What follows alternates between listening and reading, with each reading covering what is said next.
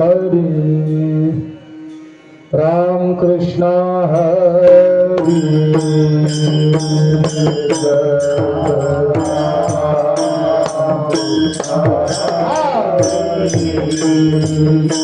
Hari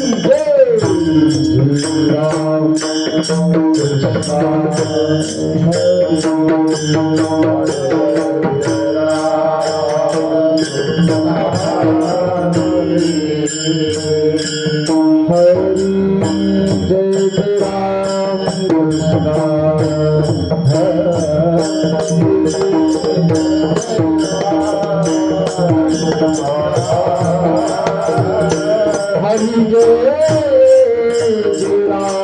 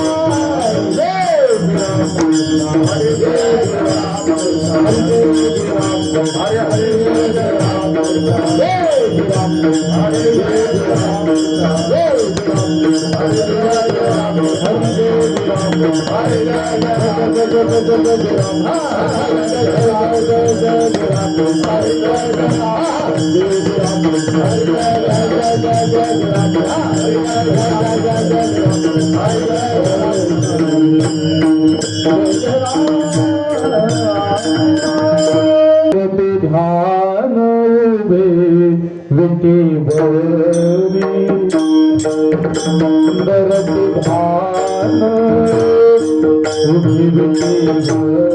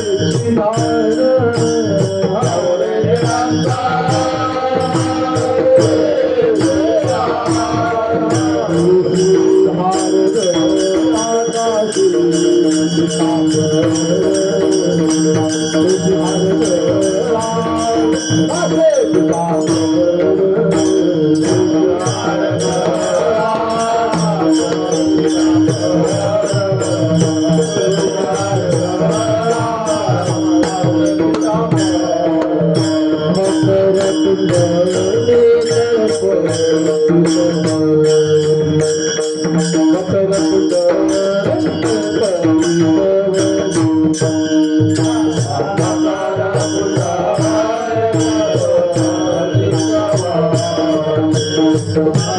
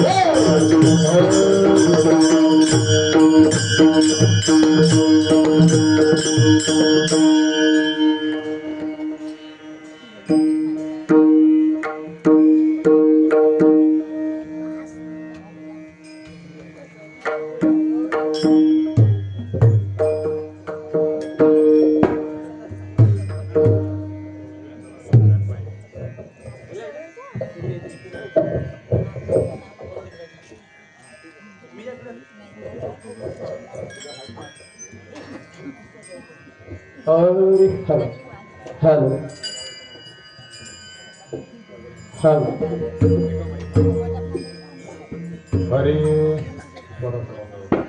Hare. Hare. Hello. Hello. Hello. पिवळ्या वाजता घेऊन आला. पिवळी वाजता. Hello. Hello. Hello. Hello. Repeat that. Repeat that. Hello. Hare. Hello.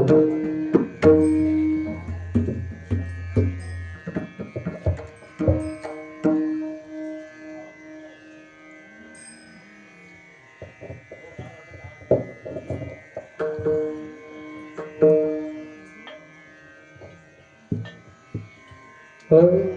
Hello. Hello. Hello.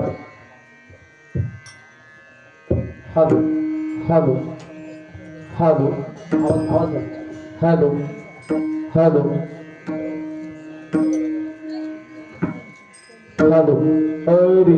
Hello. Hare. Hello. Hare. Hello. Hello. Hare. Hello. Hare. Hello. Ram Krishna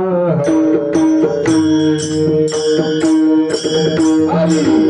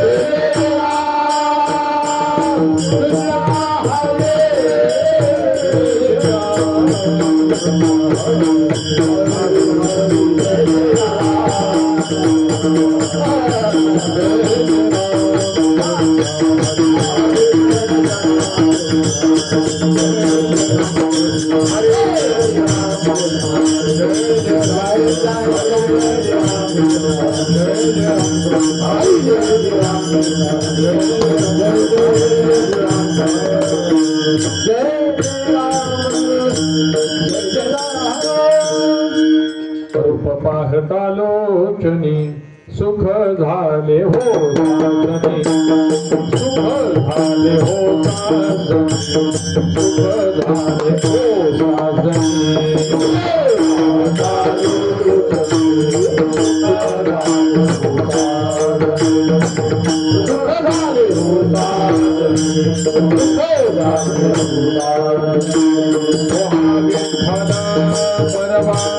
तोहा माधव परवा, तोहा विठ्ठल परवा, तोहा माधव परवा, तोहा विठ्ठल परवा, तोहा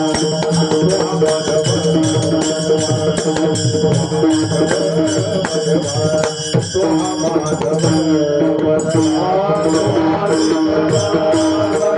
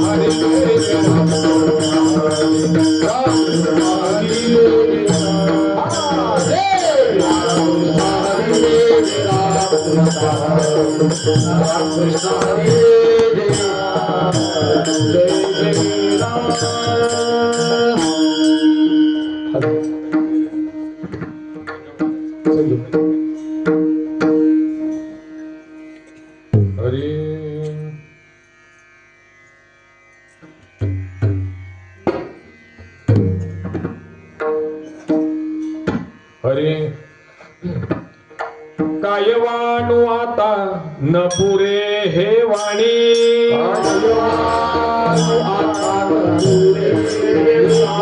कायवाणू आता न पुरे हे वाणी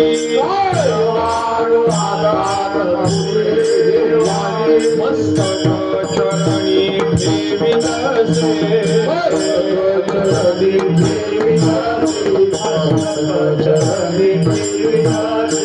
होळी व सांडली आपुली परिसे होळी व सांडली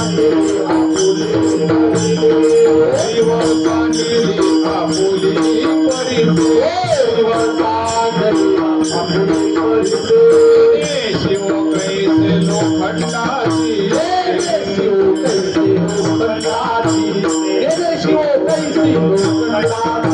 जगाच्या कल्याण संतांच्या विभूती जगाच्या कल्याण संतांच्या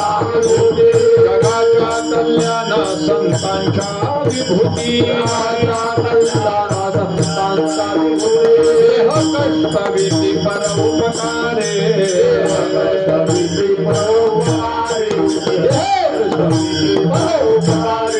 भूतांची दया हे मानवल संता भूतांची दया हे मानवल संता आपुली ममता नाही देही आपुली ममता नाही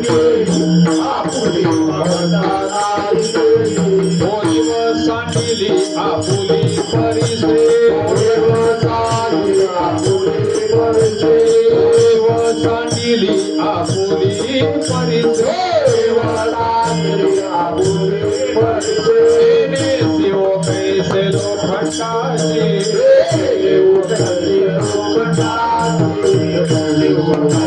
लोखंडाचे तुका म्हणे सुख कराविया सुखे तुका म्हणे सुख कराविया सुखे कहे मुखे श्रवणाचे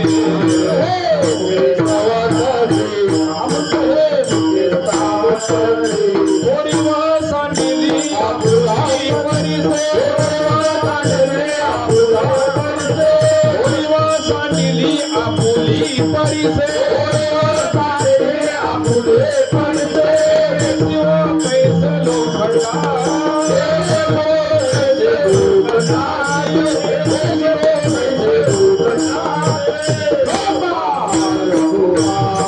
गाडी बाजूला गाडी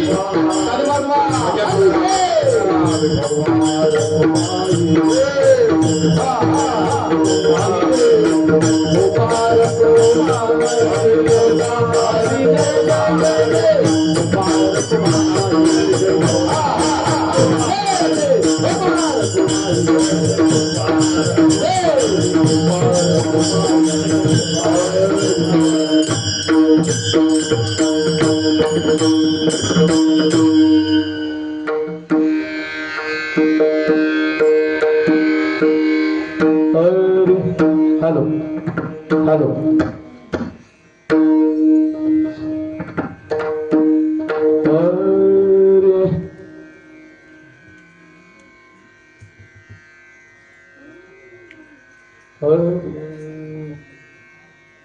काय भानुआता न पुरे ही वाणी काय भानुआता न पुरे ही वाणी काय भानुआता न पुरे ही वाणी काय भानुआता न पुरे ही वाणी काय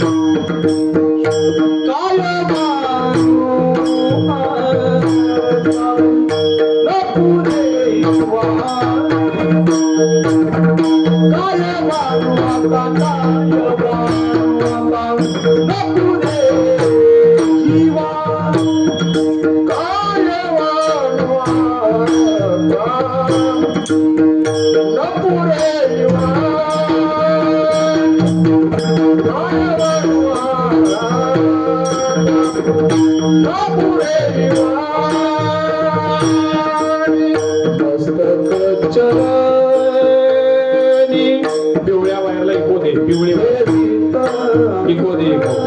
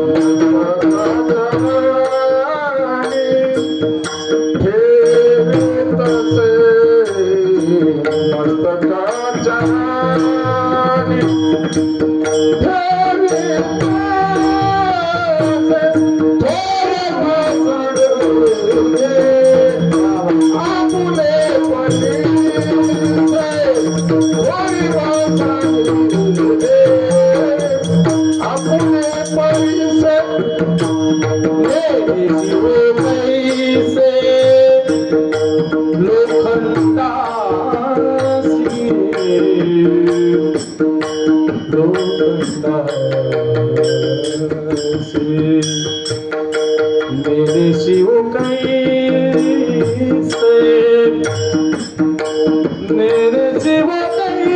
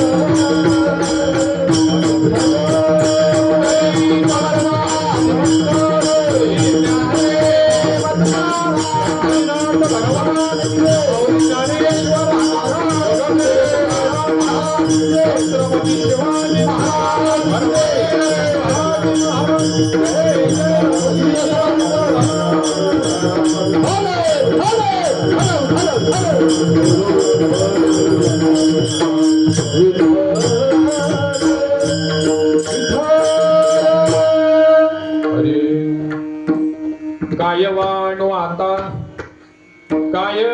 वाणू आता न पुरे हे वाणी मस्तक चरणी ठेवीतसे थोरी व सांडिली आपुली परीसे नेने शिव कैसे लोखंडा जगाच्या कल्याणा संतांच्या विभूती जगाच्या कल्याणा संतांच्या विभूती देह कष्टविती परोपकारे थोरी व सांडिली आपुली परीसे नेने शिव कैसे लोखंडास भूतांची दया हे भांडवल संता भूतांची दया हे भांडवल संता आपुली ममता नाही देही थोरी व सांडिली आपुली परीसे नेने शिव कैसे लोखंडासे तुका म्हणे सुख पराविया सुखे तुका म्हणे सुख पराविया सुखे अमृत हे मुखे स्त्रवतसे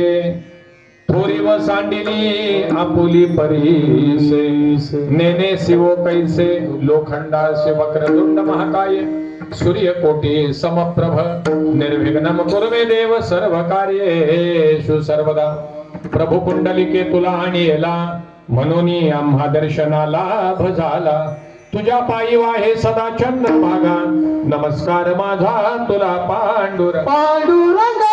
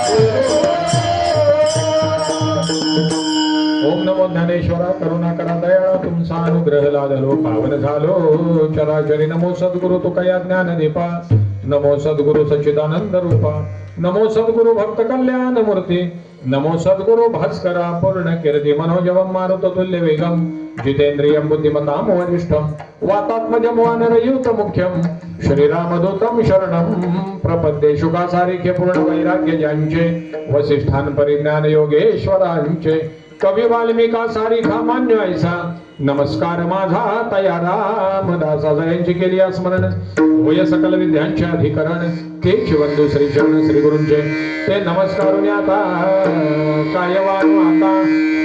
कायवाणू आता न पुरे हे वाणी मस्तक चरणी ठेवीतसे थोरी व सांडिली आपुली परीसे नेने शिव कैसे लोखंडाशी प्रस्तुत प्राप्त प्रसंगी प्राप्त स्थळी कीर्तन रूपी सेवेकरिता निवडलेला अभंग संत श्रेष्ठ जगद्गुरु देहू निवासी श्रीमंत संत तुकोबारा यांचा 5 चरणांचा आणि संतांचं महात्म्य व्यक्त करणारा अभंग आहे विठ्ठल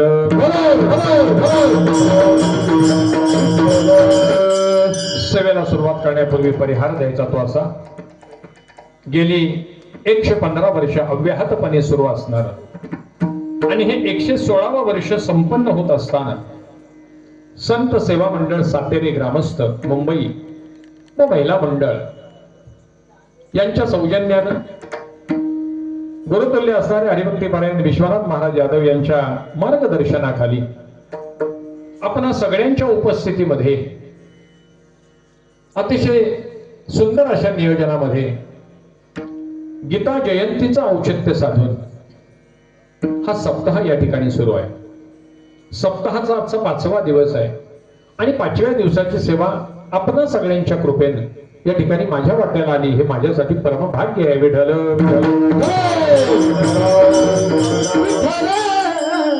सेवेला घेतलेला अभंग संत श्रेष्ठ जगद्गुरु तुकोबरायांचा. अभंगामध्ये जगद्गुरु तुकोबराय संतांचं वर्णन करताय आणि वर्णनाला सुरुवात करत असताना पहिल्या 2 चरणांचा विचार केला तर कळत नाही जगद्गुरु तुकोबराय कोणाबद्दल बोलताय.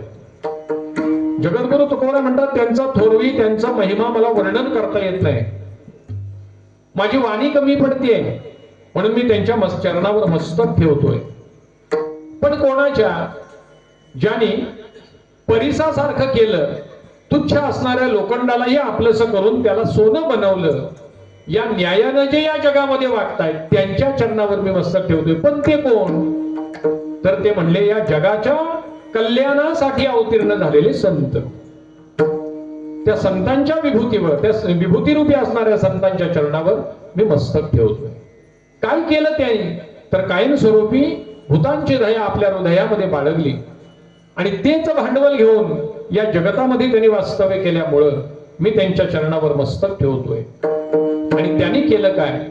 तर कायमस्वरूपी दुसऱ्याच्या सुखामध्ये आपलं सुख मानण्याचा प्रयत्न केला आणि आपल्या मुखानं अमृत रूपी वाणी कायमस्वरूपी या जगाला दिली. अशा संतांच्या चरणावर मी मस्तक ठेवतोय. असा अभंगाचा साधा सोपा आणि सरळ भावार्थ आहे. विठ्ठल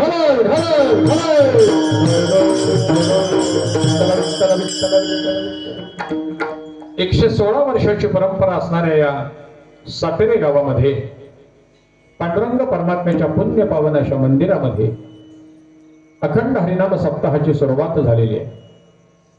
आतापर्यंत 4 वक्त्यांनी आपल्या समोर ज्ञानामृत दिलेलं आहे. उद्या आणि परवा 2 वक्ते आपल्या समोर अजून चांगलं ज्ञानामृत देणार आहे. म्हणजे एकादशीला असणारे जे कीर्तनकार आहेत हरिभक्तीपरायण पाटील महाराज,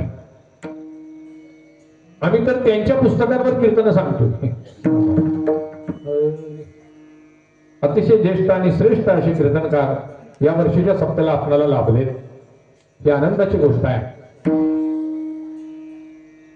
मगाशी संध्याकाळच्या सत्रामध्ये हरिभक्तीपरायण माने महाराजांचं सुस्वर असं या ठिकाणी सुश्राव्य असं प्रवचन या ठिकाणी संपन्न झालेलं आहे. तदनंतर सुंदर अशी हरिपाठाची सेवा हरिभक्तीपरायण राजू महाराज असतील, आपण सगळी मंडळी असाल यांच्या उपस्थितीमध्ये या ठिकाणी संपन्न झाली. खरोखर सुंदर असा हरिपाठ, सगळी मुलं आनंदित झाली. मी तेव्हा मला असं वाटलं सुरुवातीला कशाला एवढा हरिपाठ रंगवत असतील, पण नंतर लक्षात आलं तर मावशीलाही हरिपाठाची आवड होती आणि दुसरं म्हणजे तिचा नातू 4 दिवस हरिपाठात आला नाही तर तिला रात्री स्वप्नात येऊन सांगितलं हरिपाठाला. त्यामुळे तुम्ही केलेली ही जी सेवा आहे ही मावशीची सेवा आहे. विठ्ठल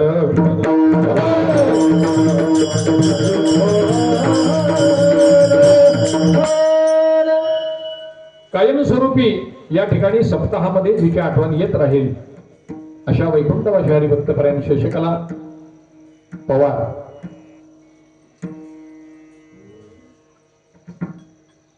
कायमस्वरूपी संत सेवा ज्यांच्या अंगामध्ये होती त्या संतांची सेवा करण्याचं भाग्य त्यांना लाभलं आणि त्यांच्या आठवणीमध्ये कदाचित हा सप्ताह या पूर्ण वर्षाचा कायमस्वरूपी निघून जाणार आहे, अगदी द्वादशी पर्यंत असं म्हटलं तरी वावगं ठरणार नाही. विठ्ठल संत मायबापांच्या कृपेनं हा 116 वर्ष सप्ताह या ठिकाणी सुरू आहे. जरी आज या ठिकाणी संत मायबाप देहाना हजर नसले तरी ज्ञानेश्वरी सारखा ग्रंथ आहे, भागवता सारखा ग्रंथ आहे, दासबोधा सारखा ग्रंथ आहे, जगद्गुरु तुकोबरायांनी सगळ्या संतांची गाथा आहे. या वाङ्मयाच्या रूपानं ते सगळे संत मायबाप तुमच्या आमच्यामध्ये आज जिवंत आहेत म्हटलं. राहिल्या त्या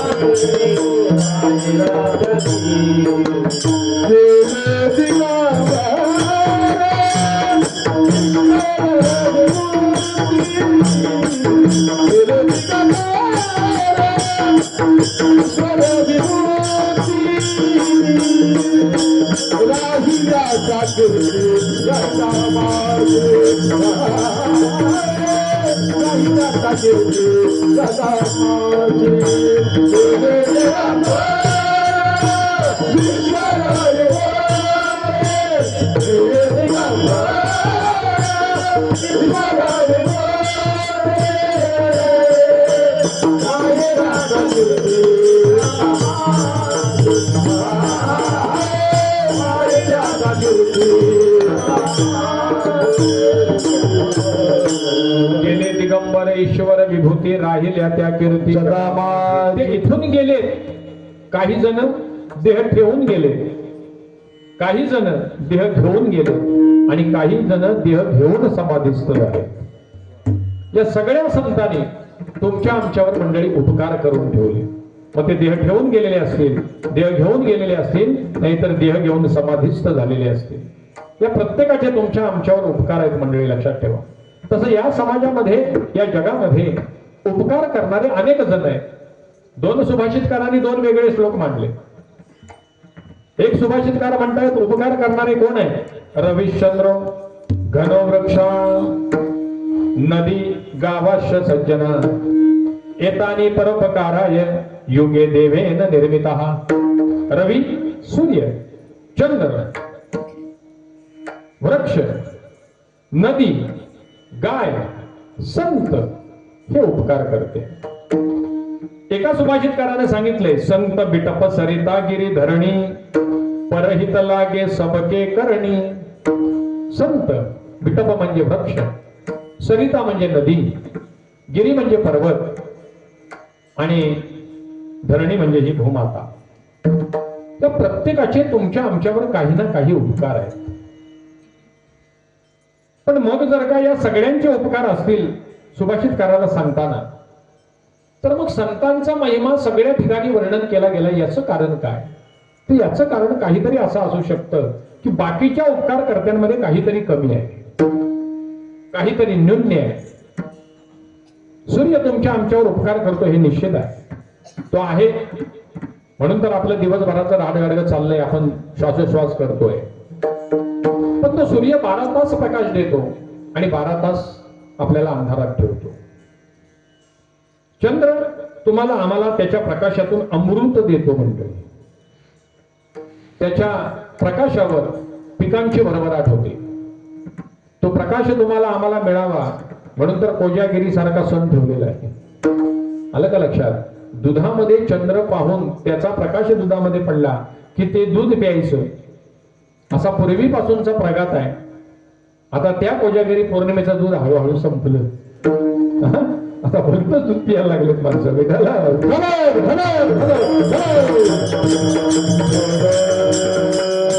म्हणजे नुसतं निमित्त शोधतात एखादा सण आला की पार्टी करायला, असं चाललंय.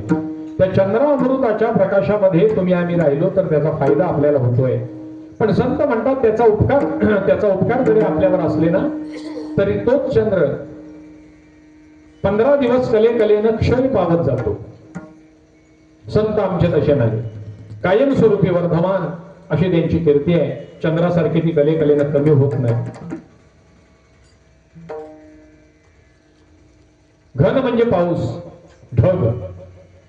हा ढग पडताना विचार करत नाही मी कुठं पडतोय, सगळ्या ठिकाणी तो बरसतो, त्याचा उपयोग आपल्याला होतो. पण कधी कधी असं होतं काही भागात तो पडतच नाही आणि काही भागात एवढा पडतो. यावर्षी किती पडला?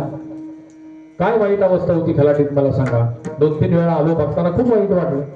आहे की नाही? माणसांची अवस्था किती म्हणजे आता कापत असताना बऱ्याच जणांच्या डोक्यात असा विचार आला असेल नको पुढच्या वर्षी शेती करायचीच नाही.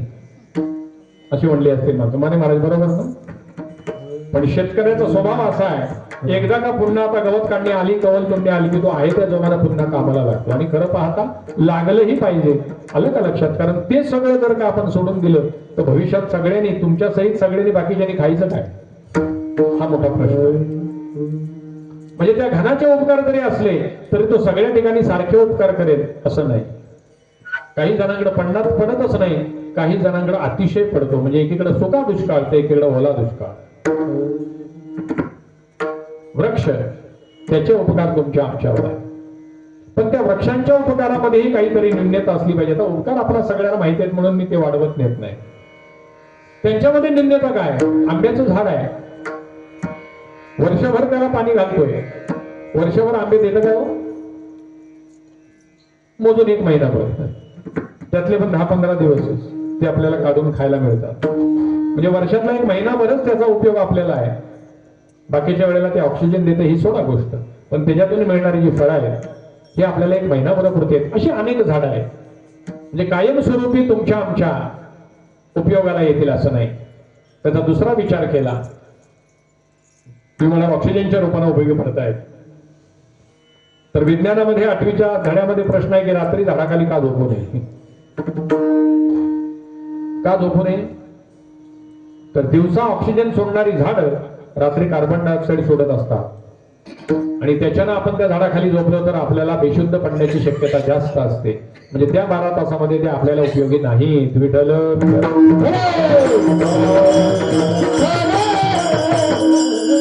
दुसरं आहे नदी, तिचे आपल्यावर अनन्य साधारण उपकार आहेत, पण तरीही अतिशय पाऊस झाला तर तीच नदी अनेक जणांचा संसार वाताहात करू शकते. आपण महाड पाहिले, खेड पाहिले, आहे की नाही, चिपळूण पाहिले, अनेक ठिकाणी पाहिले. म्हणजे तिच्यातही काहीतरी न्यून्य आहे. जरी उपकार करत असली तरी, म्हणजे उगम पावल्यापासून समुद्राला मिळेपर्यंत ती उपकार करतेच, पण तिच्यातही काहीतरी न्यून्य राहतं. मंडळी लक्षात ठेवा. पुढची आहे गौ, म्हणजे गाय. तिचेही अनन्यसाधारण उपकार तुमच्या आमच्यावर आहे.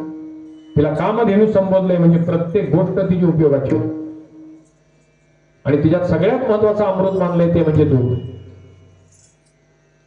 आणि त्याची किमया अशी आहे, बाळ जन्माला आलं की पहिल्या दिवशी आईचं दूध नाही, गाईचंच दूध पाजतात चमच्यात. आणि शेवटच्या स्टेजला आला की माणसं म्हणतात आणा आणा दुधाची वाटी आणा, आता पाजायचं आहे. म्हणजे जन्माला आल्यावर पण पहिलं दूध गाईचंच आहे, आणि जातानाही शेवटचं दूध गाईचंच आहे. तिचे उपकार आहेत आपल्यावर, लक्षात ठेवा. पण जरी ती उपकार करते असली तरी ती मुखाकडून अमंगळ आहे. तिला दर्शन तिचं पाठीमागून घ्यावं लागतं, हे तिच्यामध्ये न्यून्य आहे. विठ्ठल.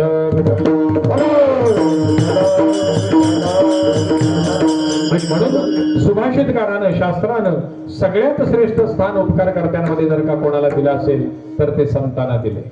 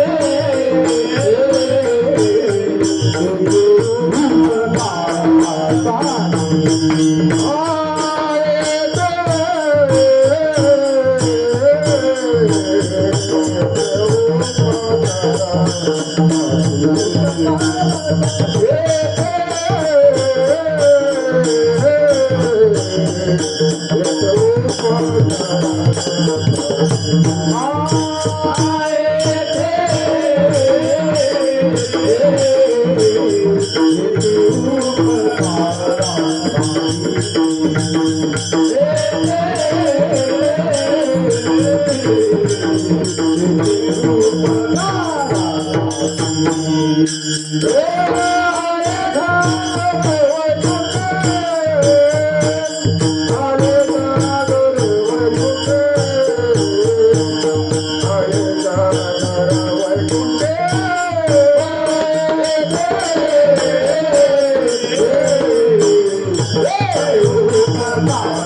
ज्यांचं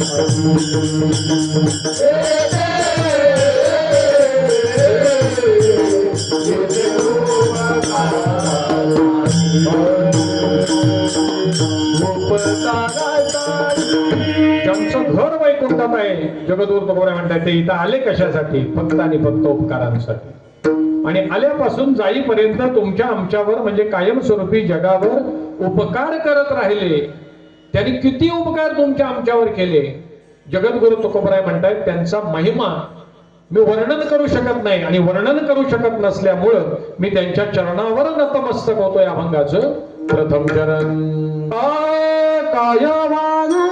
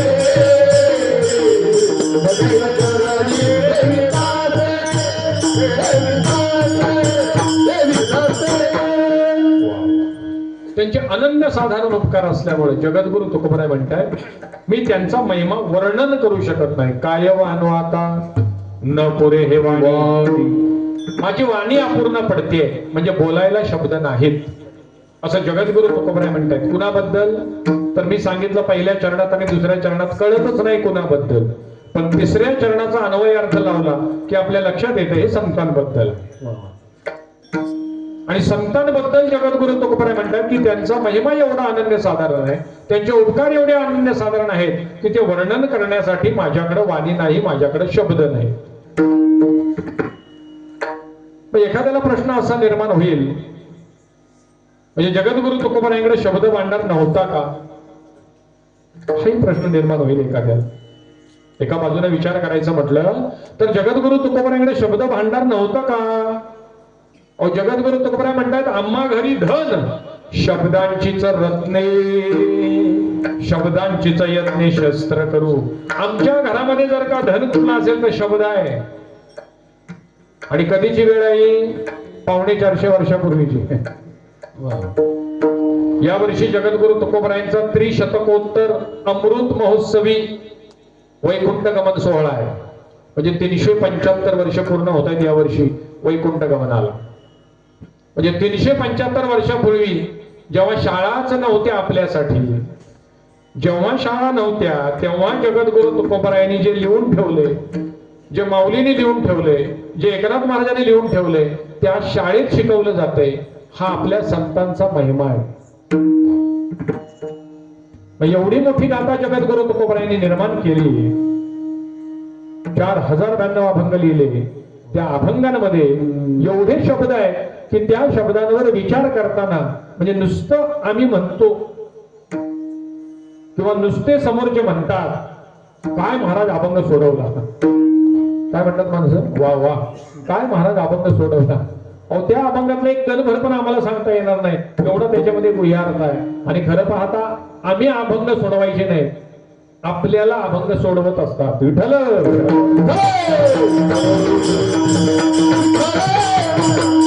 एवढं शब्द भांडार जर का त्या जगद्गुरु तुकोबरायांकडे आहे, तरीही जगद्गुरु तुकोबरा म्हणतात संतांचा महिमा एवढा अलौकिक आहे की त्याचं वर्णन मी करू शकत नाही. माझी वाणी अपुरी पडते. आणि जेव्हा वाणी अपुरी पडते तेव्हा माणूस पाया पडल्याशिवाय राहत नाही.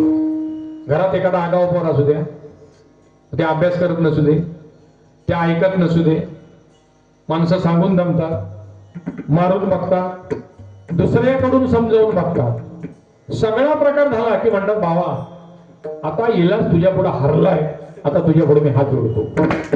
मग ती आई असू दे नाही तर बाप असू दे, काय म्हणतो बाबा आता इलाज तुझ्या पुढे हरलाय, आता मी तुझ्या पुढे हात जोडतो. आणि हल्लीची पिढी तर हात जोडण्याला ऐकत आहे असं म्हणायला लागेल. विठ्ठला विठ्ठल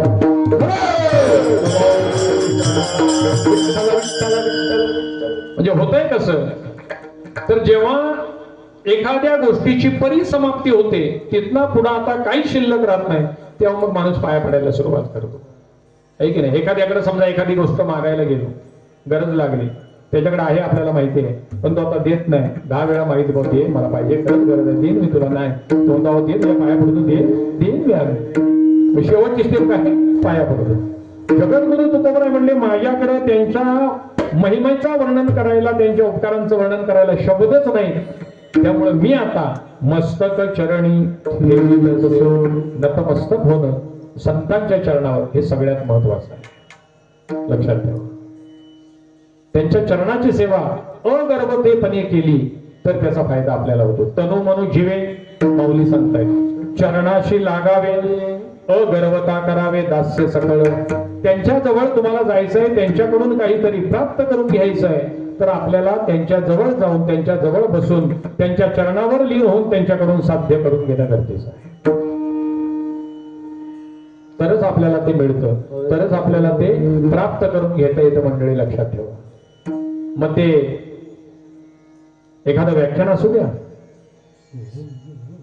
एखादा ग्रंथ वाचन असू द्या, नाहीतर एखादं कीर्तन असू द्या, आपण जेवढे जवळ सांगणाऱ्याच्या तेवढं त्यातलं चांगलं आपल्याला घेता येतं.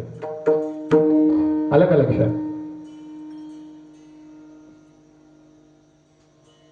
लोहचुंबक आहे, लोहचुंबक. तो कुठल्या लोखंडाला जवळ करेल, त्याच्या कक्षेत असणाऱ्याला, त्याच्या कक्षेपासून लांब ठेवलं की त्याला खिचून घेत नाही तो. तसं व्याख्यान करत्याच्या, प्रवचन करत्याच्या, कीर्तन करायच्या कक्षेत बसली माणसं की त्यांना काहीतरी करणं साध्य होतं. माणसं जराशी लांब एवढ्यासाठी बसतात, त्याला टेकून बसता येईल, त्यांना थोडीशी डुलकी काढता येईल, बरं डुलकी काढलेली महाराजांना दिसणार नाही एवढ्यासाठी माणसं लांब बसतात. विठ्ठल माऊली सांगतात त्यांच्या चरणाजवळ राहा आणि त्यांच्या चरणाजवळ राहून त्यांचं दास्यत्व करा, तुम्हाला त्यांच्याकडे सगळं प्राप्त होईल. अगर्वता करावे, दास्य सकळ. गर्व धरायचं नाही, दास्यत्व पत्करायचं. मंडळी लक्षात ठेवा. आणि तुम्ही जर का त्यांच्या चरणाजवळ गेलात, त्यांचं दास्यत्व पत्करलं, जगद्गुरु तुकोबराय म्हणतात त्यांनी तुमच्यावर एकदा का कृपादृष्टी टाकली की ते असा विचार करत नाही तुम्ही कुठल्या यातीचे, कुठल्या कुळाचे. जसं परीस लोखंडाचा विचार न करता त्याला शुद्ध करून घेतो, त्याच न्यायानं संत सुद्धा तुम्ही त्याच्या जवळ गेल्यानंतर तुम्हाला पुण्य पावन आणि पवित्र करतात. अभंगाचं द्वितीय चरण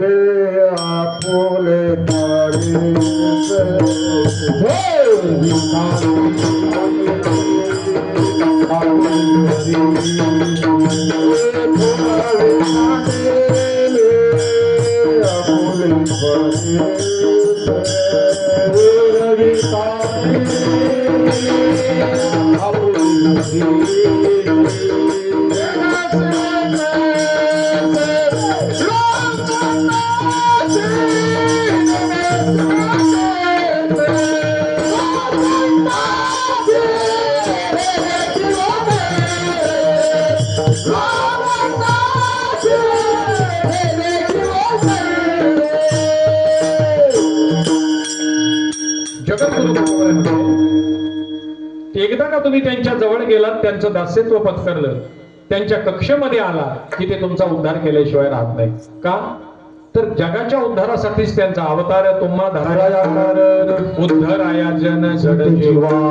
ते उद्धार करतात मंडळी, लक्षात ठेवा, तुमचा आमचा.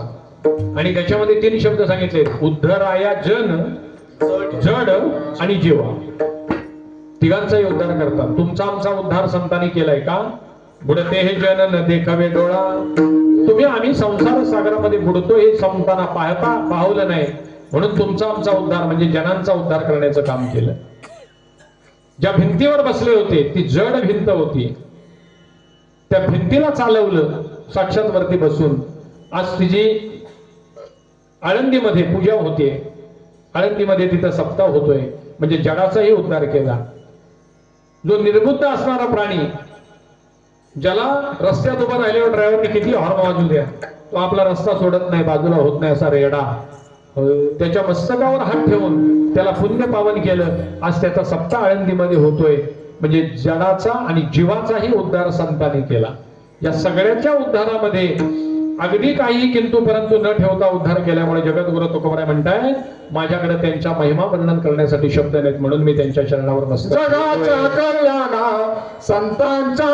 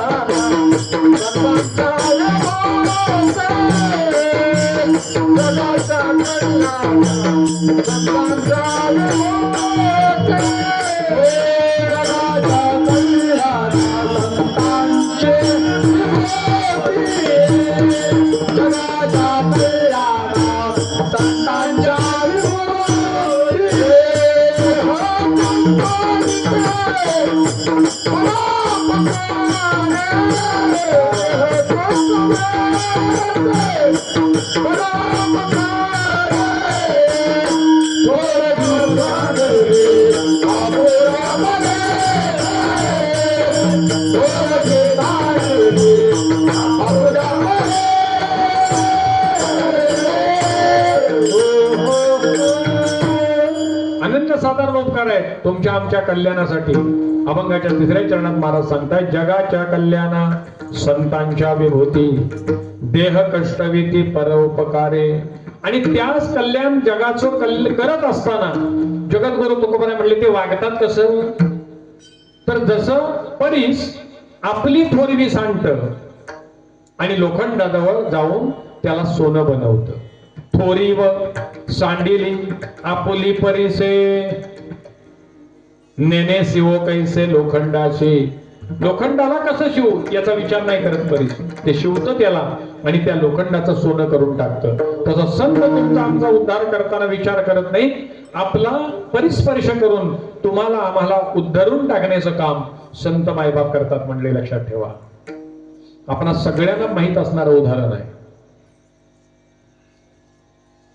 भगवान विष्णूने मोबाईल काढला, शोधून नव काढला खिशातला आणि डायल केला नंबर, फोन लावला, हॅलो.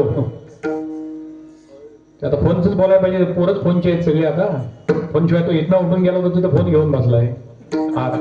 फोन शिवाय आहे तो, आलं का लक्षात? हा, म्हणून मी आपला फोनचा घेतलं होता, बाकी काय. विष्णूने फोन काढला खिशातनं, mobile dial, phone number dial केला, अचूक फोन लागला, रिंग झाली, नेटवर्क मध्ये होते. आलं का लक्षात? तसं त्यांना सगळीकडेच नेटवर्क होता, नाही असं नाही. फोन उचलला, देवा तुम्ही फोन केला कसा काय, कशी काय फोन पडली माझी? अरे नारदा लवकरी असशील तसा महत्वाचं काम आहे. नारद महर्षी आले, नमस्कार केला. म्हणले कशी काय आठवण झाली माझी?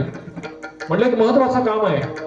एका जंगलामध्ये म्हणलं एक वाट सर्व आहे, येणाऱ्या जाणाऱ्याला दिसला रे दिसला की त्याच्याकडचं धन सगळं घेतो आणि त्याचा शिरच्छेद करतो. म्हणले मी काय करू? म्हणले तू जाऊन त्याला सुधारण्याचं काम कर. नारद महर्षी म्हणले याच्यासाठी मला फोन करायची गरज काय, हे तुमच्या हातात आहे. उत्पत्ती, पालन, नाश या सगळ्याचे करते तुम्ही, मला का बोलवली? म्हणजे तुम्ही सुखी राहावे मी तिथे गेल्यावर मारावं?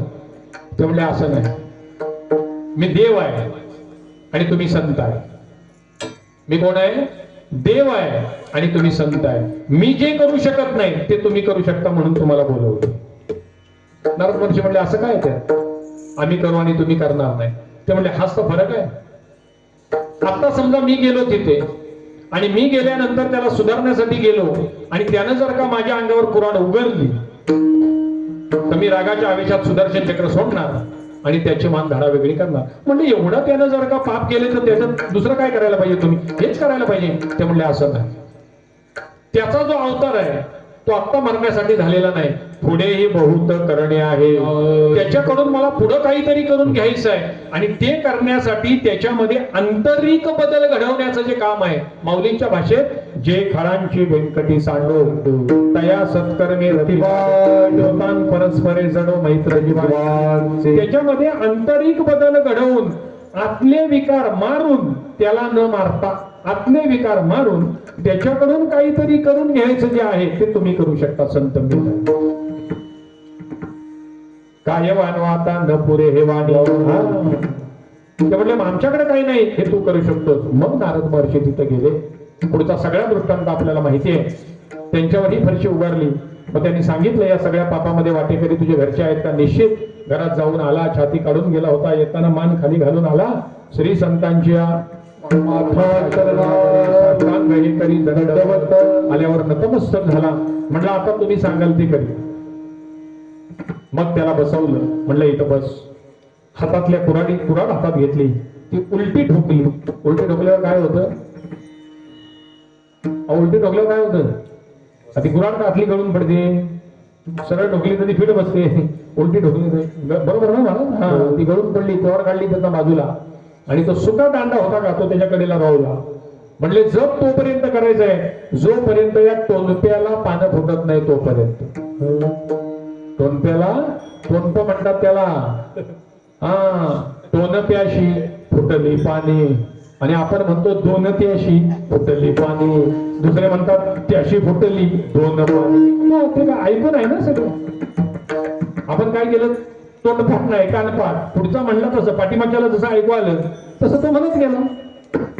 आलं का लक्षात? तर त्या पद्धतीनं तो म्हणत गेल्यामुळे ते तसंच झालं. अपभ्रंश झाला शब्दाचा. टोन प्याशी फुटली पाणी हा शब्द ऐकणाऱ्यांना कठीण वाटला. त्याने ऐकलं हा काय म्हणतोय पुढचा, का दोन प्याशी फुटली पाणी. त्याने पण ती सुरू केली. तो शब्द आहे टोनप्याशी फुटली पाणी. सुका टोनपा तिथं रोवला आणि सांगितलं याला जोपर्यंत पालवी फुटत नाही तोपर्यंत नामाचा जप करायचा. त्या नामाचा जप त्या वाल्या कोळ्यानं केला. नारद महर्षी त्याच मार्गाने अनेक वर्षानं परत आले. असं आपल्या भाषेत वारुळ भवन माजलं होतं आणि त्या भवनामधून आवाज येत होता राम राम राम. अरे म्हटलं इथं आवाज येतो, कोण आहे? त्यांच्या लक्षात आलं अनेक वर्षापूर्वी मी ते एकाला तपश्चर्याला बसवले. वारुळ फोडून बघितलं, अगदी काष्टवत शरीर झालं होतं पण मुखानं रामनाम ध्वनी, चेहऱ्यावर अतिशय दैदिप्यमान प्रकाश होता. ज्या टोनप्याला रोवली होती त्याचा भला मोठा असा वृक्ष त्या ठिकाणी झाला होता. त्याच्या मस्तकावर हात ठेवला, त्याला जागी केली, त्याला आशीर्वाद दिला, त्याला मंत्र दिला आणि त्याच वाल्या कोल्यानं पुढे जाऊन राम जन्माला यायच्या आधी 10,000 वर्ष केले रामायण.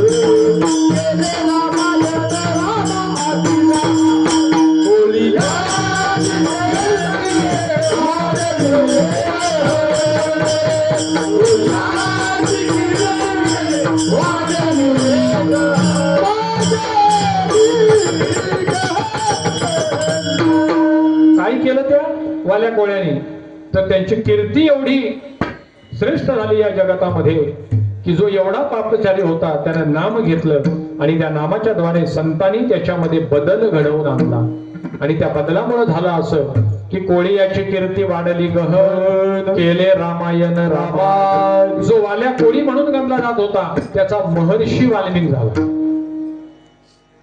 आणि एवढं श्रेष्ठ असणारं रामायण काव्य त्यांनी स्वतः लिहिलं. हा बदल फक्त आणि फक्त कोण करू शकले तर संत करू शकले. त्यावेळेला नारद महर्षीने असा विचार केला नाही तो कोळी कुठल्या समाजातला आणि मी त्याच्याजवळ जाऊन त्याचा उद्धार करू मला काय करायचं असा विचार नाही केला. तर त्यांनी जवळ जाऊन त्याच्या मस्तकावर हात ठेवला. थोरी वसांडलेली आपुली परिसे नेने शिव कैसे लोखंडाचे लोखंडाचं सोनं करण्याची ताकद परिसामध्ये आहे मंडळी लक्षात ठेवा. संतांनी अनेक ठिकाणी याचं वर्णन केलंय. मी तर घरामध्ये मला वाटतं 50-60 किलो लोखंड जमवून ठेवतोय पण बरीच देतोय काय बघतो तो भेटत नाही आलं का लक्षात असू दे भेटत कारण ते सोनं झालं तर आता मला वाटतं 1.25 लाख रुपये डोळा आहे का नाही म्हणून वाट बघतोय असू दे भेटल ते आलं लक्षात. तर महत्वाचा मुद्दा असा आहे की त्या संतांनी विचार केला नाही की समोरचा कुठल्या यातीचा आहे. याती कोण माझे गेले जे जे त्यांना शरण गेले त्या प्रत्येकाचा उद्धार करण्याचं काम केलं आणि तो उद्धार कशाच्या द्वारे केला तर तो उद्धार नामाच्या द्वारे केला. म्हणजे लक्षात ठेवा आपल्याकडचं नामरूपी ज्ञान त्यांनी समोरच्यांना दिलं आणि त्याच्याद्वारे उद्धार केला. जसं नारदांनी राम नाम वाल्या कोळ्याला दिला आणि उद्धार करून घेतला. ते नाम श्रेष्ठ आहे ज्या नामाच्या द्वारे तुमचा आमचा काय होतोय उद्धार होतोय. ते नाम तुम्ही आम्ही सगळ्यांनी एकदा मोठ्या प्रेमाने घेऊया. विठोबा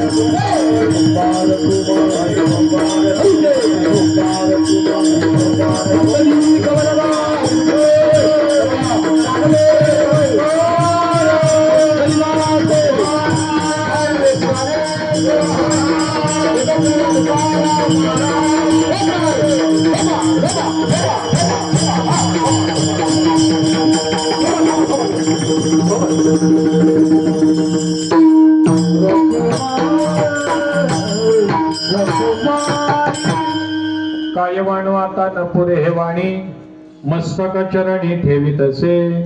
थोरी व सांडिली आपुली परिसे नेने शिव कैसे लोखंडाशी. जगाच्या कल्याणा संतांच्या विभूती देह कष्ट वेती पर उपकारे.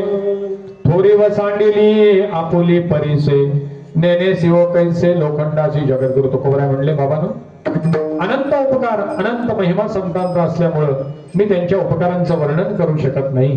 त्यांचा महिमा वर्णन करू शकत नाही. माझ्याकडे शब्द अपुरे पडतायत म्हणून मी त्यांच्या चरणावर मस्तक ठेवतोय. का तर तर त्यांनी आपल्या समोर आलेला ज्याचा उद्धार करायचा आहे तो कोणत्या यातीचा आहे कोणत्या कुळाचा आहे विचार न करता त्याचा उद्धार केलाय.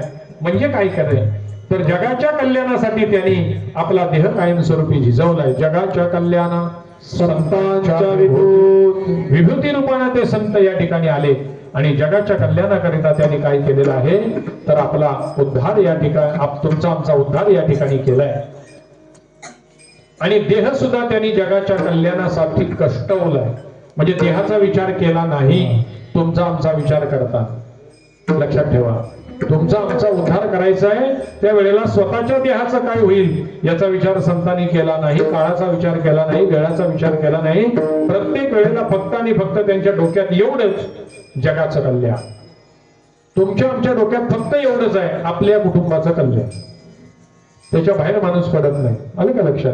पण संतांचा असं आहे त्यांच्या डोक्यामध्ये फक्त स्वतःच नाही संसाराच्या नावे घालून या शून्य वाढत हा पुण्य धर्म केला. आपल्या संसारावर त्यांनी तुळशीपत्र ठेवलं आणि जगाचा संसार सुखी व्हावा याच्यासाठी अहोरात्र परिश्रम घेतले. देह कष्टवला मंडळी लक्षात ठेवा.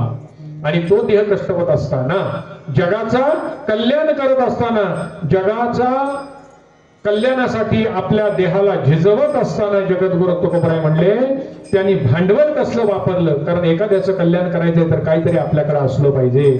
तर ते म्हणले भांडवल एकच होतं. कोणतं. अभंगाच्या 4थ्या चरणामध्ये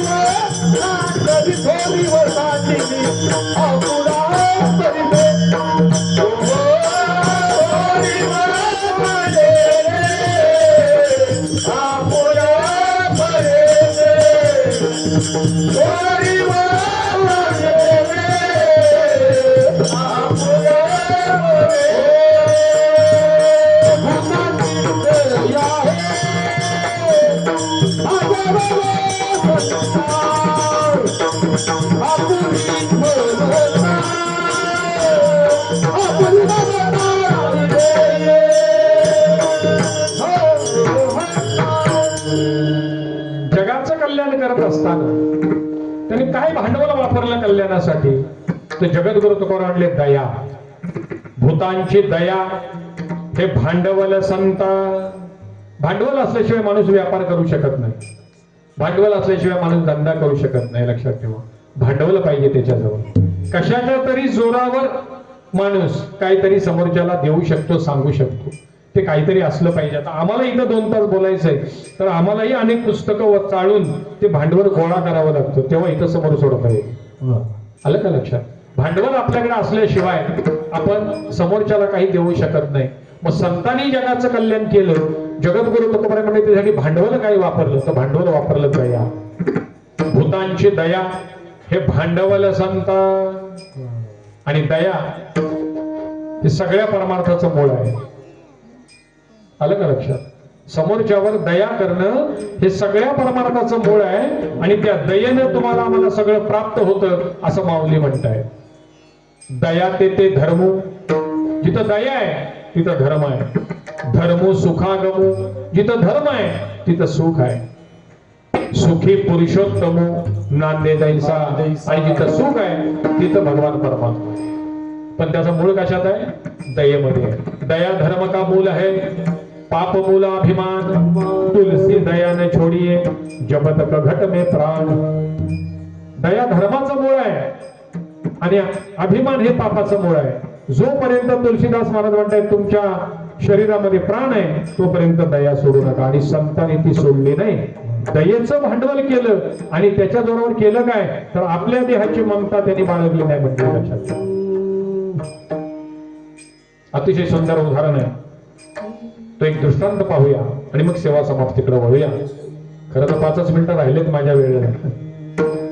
थोडस 10-15 मिनिटं इकडे तिकडे चालेल ना? कारण रोज जागायचं आहे. मी काय आता उद्या परत तुम्हाला जागायचं आहे, परवा परत जागायचं आहे. गेली 4 दिवस जागलंय. हा, संत चरित्रामध्ये एक सुंदर चरित्र आहे. संत श्रेष्ठ राका कुंभार यांचं. जसं तुम्हाला आम्हाला गोरा कुंभार माहित आहे, तसे एक राका कुंभार होते. श्रेष्ठ संत होते. भूतांची दया हे भांडवल संता. त्यांचाही व्यवसाय कुंभार कामाचाच होता. मडकी घडवायची, आव्यामध्ये भाजायची. ती मडकी नेऊन गावोगावच्या बाजारामध्ये विकायची. त्याच्यावर जे काही मिळेल त्याच्यावर गुजराण करायची आणि कायमस्वरूपी भगवत चिंतन करायचं. त्यांच्या पत्नीचं नाव होतं बंका आणि त्यांना मुलगी होती, तिचं नाव होतं वंका. तर तिघांचाही संसार अतिशय चांगल्या रीतीने चालला होता. माती आणायची, ती तोडवायची, चिखलाची मडकी बनवायची आणि नेऊन विकायची.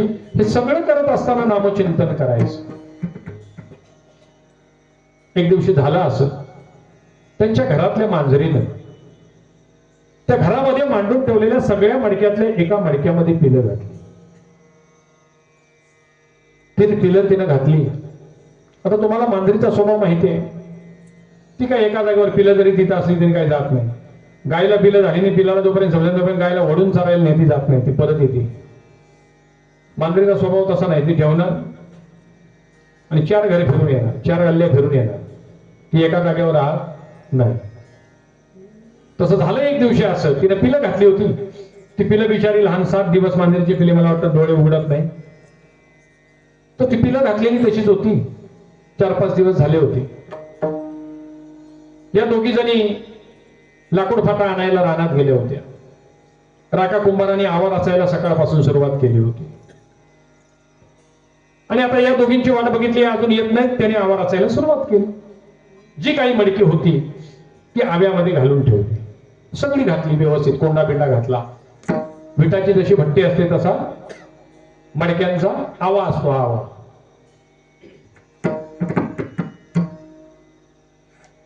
आणि त्याला अग्नी दिला. आता तो अग्नी भडभड भडभड पेटायला लागला. काही काळ गेल्यानंतर ती मांजर आली. ती आत घरात गेली.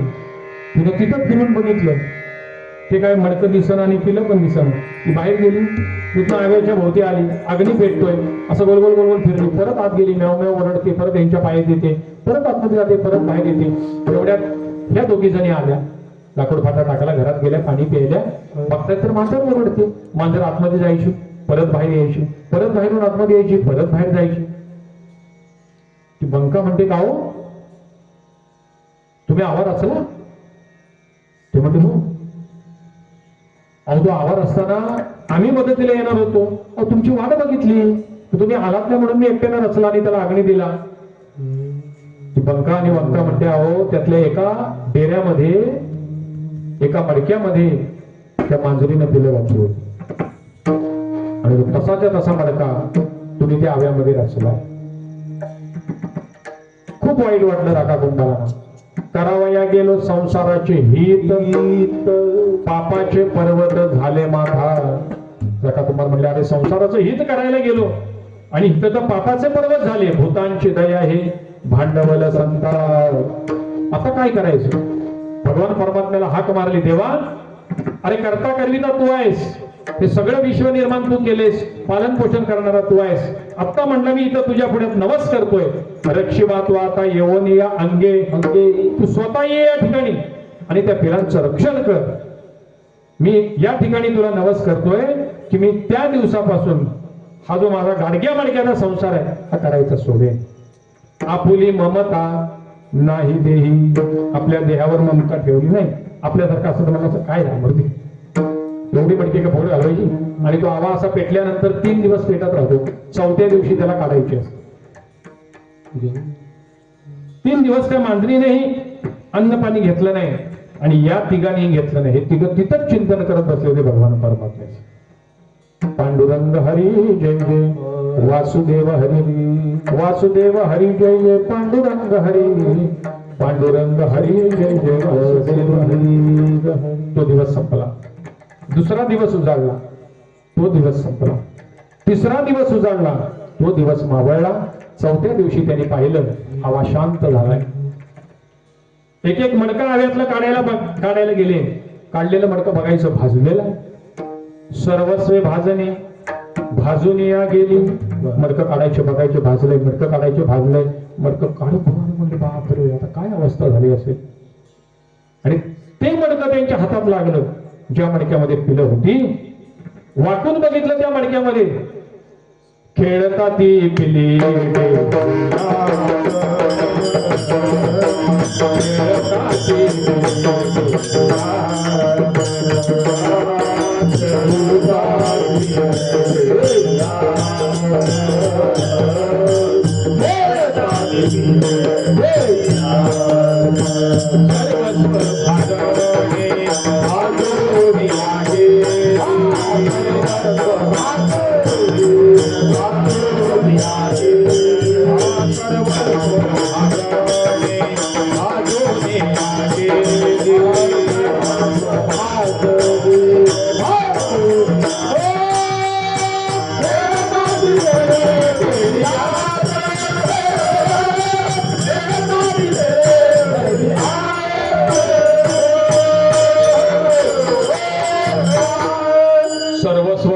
भाजून या गेली. आणि ज्या मडक्यात ती होती वाटून बघितलं राका कुंभारानं, ती पिलं एकामेकावर उडी मारून खेळत होत. खेळता ती पिली डेरिया. आणि हा महिमा संतांचा आहे, पण कशामुळे घडला? त्यांनी त्या मांजरी प्रती दया दाखवली. भगवान परमात्म्याला नवस केला आणि केलेला नवस त्यांनी पाळला. मंडळी त्या दिवशीच त्यांनी सगळ्या मंडळींना त्या बोलवली गावातल्या.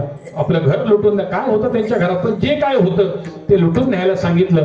रोज फक्त रानात जायचं, आपल्या उदरनिर्वाहापुरती लाकूड फाटा जमवायचा, तो बाजारात विकायचा.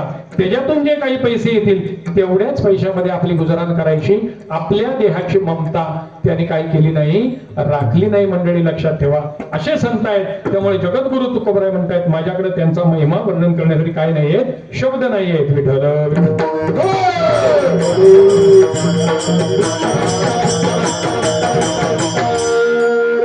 असं अनेक संतांच्या बाबतीतलं तुम्हाला आम्हाला या ठिकाणी माहिती आहे की आपली ममता त्यांनी देहावर ठेवली नाही. गोरा कुंभारांचे उदाहरण आपल्या सगळ्यांना ज्ञात आहे. आलं का लक्षात? शपथ घेतली, हात त्या पत्नीने आपल्या अंगावर घेतल्यानंतर स्वतःचे हात तोडून घेतले. आपुली ममता नाही देही, त्या ठिकाणी आपली ममता त्यांनी आपल्या देहावर ठेवली नाही.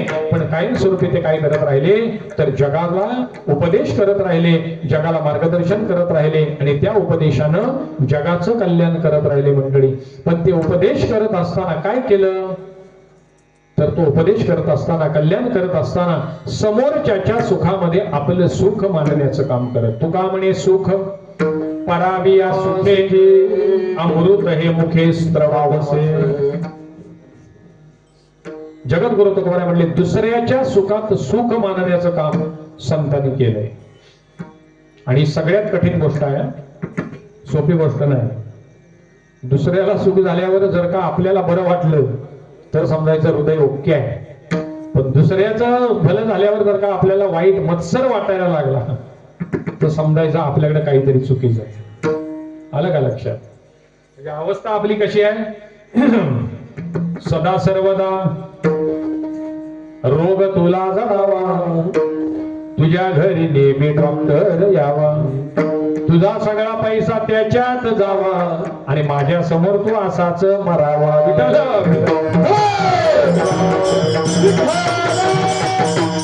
ही सामान्याची अवस्था आहे. त्याला समोरच्याचं मोठेपण खपत नाही मंडळी. संतांचा नेमका उलटा आहे. म्हणजे गुरुला असं वाटतं की आपला शिष्य आपल्यापेक्षा श्रेष्ठ झाला पाहिजे. कायमस्वरूपी ते तिथं राहतात पण आपल्या शिष्याला आपल्यापेक्षा श्रेष्ठत्वापर्यंत नेऊन पोहोचवतात. त्यांना संत म्हणतात. आलं का लक्षात? आणि आपल्या शिष्याची कीर्ती जगामध्ये वाढली की त्यांना आपोआप मोठेपणा मिळत असतो. हाही सगळ्यात महत्वाचा मुद्दा आहे. म्हणून जगद्गुरु तुकोबाराय म्हणले त्यांची वृत्ती कशी आहे तर तुका म्हणे सुख पराविया सुखे, दुसऱ्याच्या सुखामध्ये आपलं सुख मानण्याचं काम कायमस्वरूपी संत मायबाप करतात. आणि का तर ते ज्या वेळेला बसतात त्या वेळेला त्यांच्या मुखातून येणारी जी वाणी आहे, म्हणजे तुम्हाला आम्हाला कल्याण करून घ्यायचं असेल तर त्यांच्या मुखातून आलेल्या वाणीतून तुम्हाला आम्हाला कल्याण करता येतं. का तर त्यांची वाणी कशी आहे तर त्यांच्या वाणीतून अमृत स्तवते. लक्षात ठेवा. अमृत हे मुखे स्त्रवत असे. अमृताची वाणी, अमृताची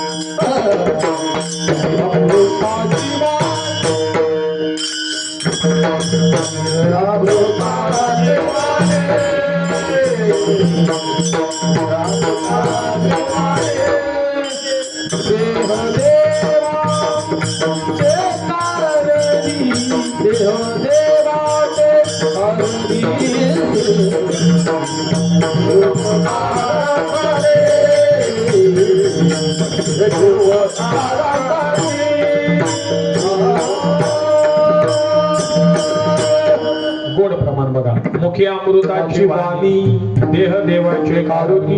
त्यांच्या मुखातून कायमस्वरूपी अमृत रूपी वाणी येत असते.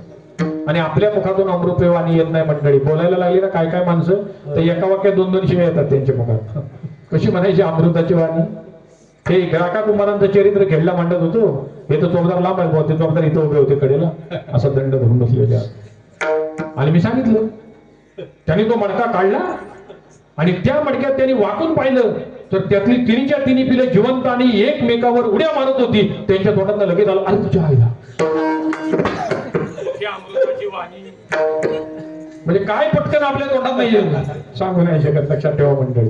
महत्वाचा मुद्दा असा आहे की आपल्या तोंडाला तीच सवय असते जे आपण कायमस्वरूपी बरडत असतो. पण तोंडातून चांगले शब्द गेले तर ती वाणी बाहेर पडणारी अमृताची येते. हा महत्वाचा मुद्दा आहे. आणि संतांच्या मुखातून ते अमृत स्त्रवत होतं आणि त्या स्त्रवलेल्या अमृतातून तर तुम्हाला आम्हाला ज्ञानेश्वरी मिळाली, गाथा मिळाला, भागवत मिळाला, दासबोध मिळाला. हा त्या मुखातून स्त्रवलेल्या वाणीतून आहे मंडळी. लक्षात ठेवा. साक्षात लक्ष्मी त्यांच्या जिभेवर, साक्षात सरस्वती त्यांच्या जिभेवर होती म्हणून ते सगळं प्राप्त होत होतं मंडळी. आणि त्यांच्यातला एक एक शब्द हा अतिशय महत्वाचा आहे. अमौलिक शब्द आहे की त्या शब्दामुळे तुमचं आमचं जीवन घडू शकतं. म्हणून तर ती अनेक विद्यापीठांमध्ये शिकवली जाते. आपण तिचं पारायण करत आहात पण करत असताना एकतरी ओवी अनुभवा, नुसती वाचावी नाही, जीवनात तिचा अनुभव घेता आला पाहिजे. हा महत्वाचा मुद्दा आहे. नुसतं वाचलं आणि सोडलं तसं होता कामा नये. म्हणजे बरीच माणसं असं म्हणतात मी ज्ञानेश्वरीचं 200 वेळा पारायण केलं. बदल काय? बदल महत्वाचा आहे. मी आतापर्यंत 30 वाऱ्या केल्या, त्याच्यात बदल काय झाला? हा बदल महत्वाचा आहे. अंतरंगामध्ये बदल होणं हा वाचनानं होईल. त्यांचं वाङ्मय मनापासून वाचलं तर त्याच्यानं बदल होईल मंडळी. काय करतोय यापेक्षा कसं करतोय याला सगळ्यात जास्त महत्व आहे. संतांनी ते केलं, आधी केले मग सांगितले, किंवा अनुभवे आले अंगा. अनुभव नाही, अनुभवे आले अंगा ते या जगात येतसे. जे अनुभवाला आलं ते देण्याचं काम संतांनी तुम्हाला आम्हाला केलं. मंडळी लक्षात ठेवा, जे अनुभवाने प्राप्त झालं आणि ते त्यांनी मुखातून बाहेर फेकलं, ते मुखातून बाहेर फेकलेलं होतं ते अमृतासारखं होतं. कोणासाठी? जो घेतोय त्याच्यासाठी. त्याच्यामध्ये किती गोडवा आहे मला सांगा. ग्रंथालयातून एखादं पुस्तक वाचायला आणलं, ते पुस्तक वाचून काढलं, कादंबरी होती, गोष्टीचं पुस्तक होतं, ते ठेवलं, दुसरं आणलं, ते ठेवलं, दुसरं आणलं, असं 2 महिने गेले आणि 2 महिन्याने एक परत पुस्तक घरात आणलं, वाचायला घेतलं आणि पहिलं पान घेतल्यावर लक्षात आलं ते पुस्तक वाचले 2 महिन्यापूर्वी, परत नेऊन द्या, दुसरं आणूया. जे 2 महिन्यापूर्वी वाचलेलं पुस्तक होतं ते आता वाचायला गोडी नाही. ज्ञानेश्वरी संपू दे वाचून, पुन्हा पहिल्यापासून वाचायला सुरुवात करा. असं वाटतं हे मागच्या वेळेला गेली होती का नाही, ही नवीनच वाटते. हिच्यातली विशेषत्व नवीनच आहे, हिच्यातलं काहीतरी मला अनुभव नवीन मिळतोय. याला संत वाङ्मय म्हणायचं, कारण ते अमृत आहे. अमृत हे मुखे स्त्रवत असेल आणि ते अमृत त्यांच्या मुखातून स्त्रवलेलं तुम्हाला आम्हाला घेण्याची गरज आहे. पण कोणाला मिळेल? त्याच्या जवळ जाऊन बसेल त्याला, दूर असेल त्याला नाही. जवळ असेल तर त्या अमृताचं सेवन तुम्हाला आम्हाला करता येईल. या ठिकाणी त्या अमृताचं सेवन तुम्हाला करता यावं याच्यासाठी दिवसभर ज्ञानेश्वरीचं पारायण आहे, याच्यासाठी संध्याकाळच्या सत्रामध्ये प्रवचन आहे, याच्यासाठी संध्याकाळच्या सत्रामध्ये हरिपाठ आहे आणि याच्यासाठी रात्रीच्या सत्रामध्ये कीर्तन रूपी सेवा आहे. त्या सगळ्यातून तुम्हाला काय प्राप्त होणार आहे? तर जे काही संतांनी सांगून ठेवले ते तुमच्यापर्यंत पोहोचवण्याचं काम आमच्यासारखे दूत या ठिकाणी करतायत आणि ते तुम्ही श्रवण करताय. हे सगळ्यात महत्वाचे, कारण श्रवण व्यक्ती सगळ्यामध्ये श्रेष्ठ आहे आणि त्या संतांच्या मुखातून कायमस्वरूपी अमृत स्त्रवत राहिलं ते एवढं विशेषत्व नाही की त्या अमृतरूपी श्रवणाचं किंवा त्या अमृतरूपी ग्रंथांचं वर्णन जगद्गुरु तुकोबाराय म्हणले मी करू शकत नाही, म्हणून मी त्यांच्या चरणावर मस्तक ठेवलोय. ज्या संतांच्या मुखातून हे अमृत स्त्रवलंय ते संत कोण आहेत? ते संत आहेत ज्ञानेश्वर माऊली, ज्ञानराज माऊली, ज्ञानेश्वर माऊली,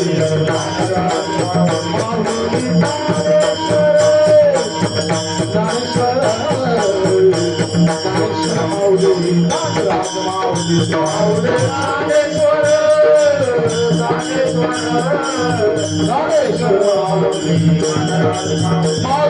ज्ञानेश्वर ज्ञानेश्वर माऊली, ज्ञानराज माऊली, ज्ञानेश्वर काय वाणवता न पुरे हे वाणी मस्तक चरणी ठेवीत असे, थोरी व सांडिली आपुली परीसे, नेने शिवो कैसे लोखंडाशी.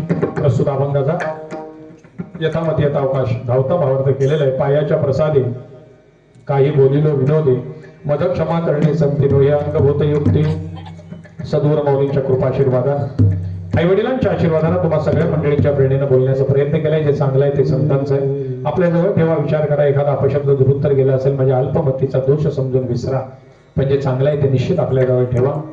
आज या ठिकाणी सेवा करण्याची संधी या संत सेवा मंडळ सातेरी, ग्रामस्थ मुंबई मंडळ, महिला मंडळ यांच्या सौजन्याने या ठिकाणी लावली, त्याबद्दल त्यांना धन्यवाद देतो.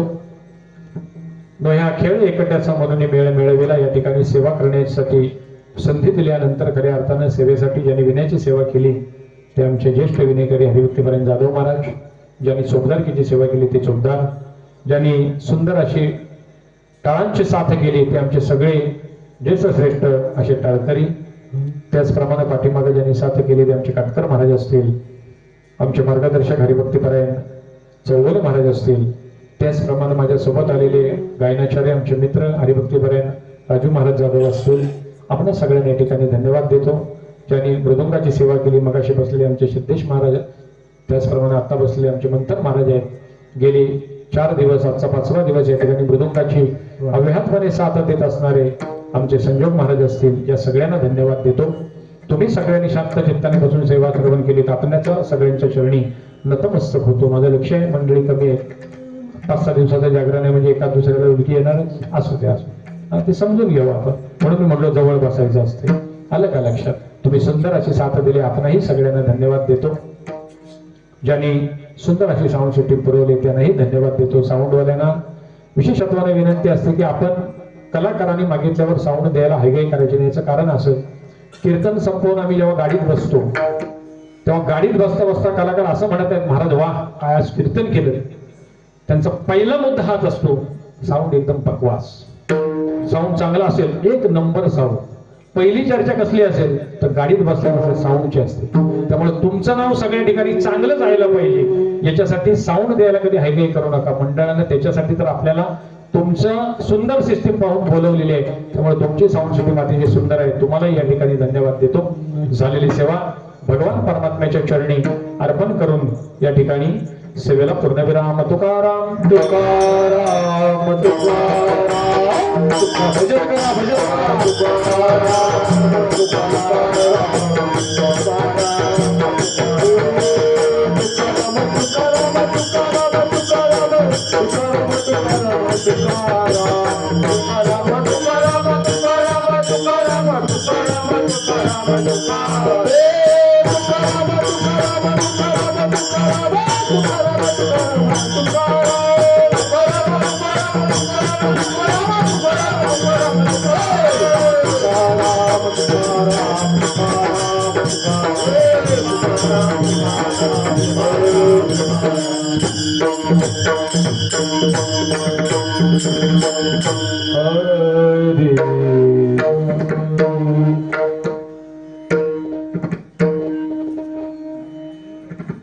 तुका म्हणे सुख परवी असो,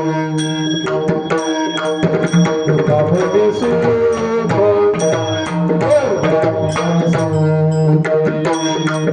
तुका म्हणे सुख परवी असो, तुका म्हणे सुख परवी असो, तुका म्हणे सुख पराविया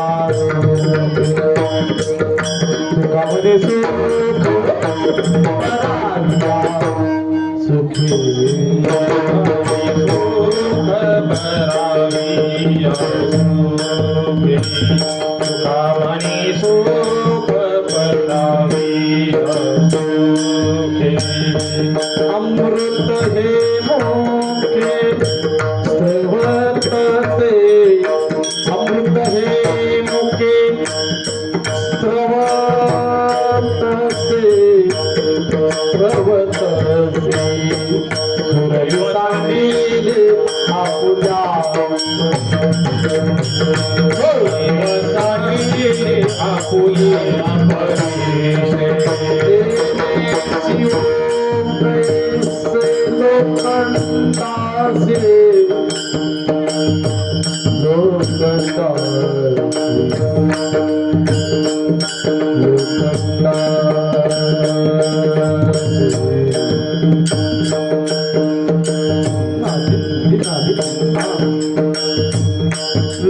लोखंडासे लोखंडासे नैने शिवसे लोखंडासे